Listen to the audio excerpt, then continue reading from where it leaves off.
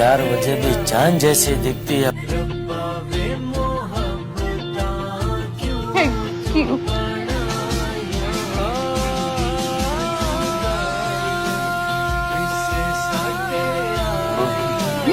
दया, मैं मन्नत मानती हूँ शंभू के पापा मुझे सही सलामत मिल गए। वो खुद हम सोचते कि इसे शिव मंदिर तक हुई से मैं चल कर आऊंगी। पिताजी पिताजी बचाओ उसे कोई।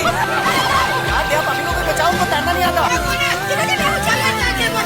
अभी आई थी पानी में।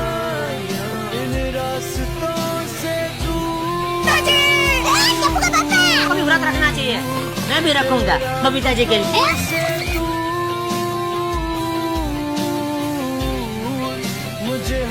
अच्छा हुआ कि मैंने बबीता जी का नाम नहीं लिया।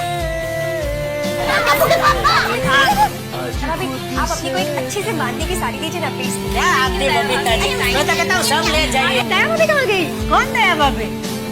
मुझे कौन लगा रहा है? मुझे रोकिए ना। हाँ, जल्दी। अगली वाली माला अभी नहीं।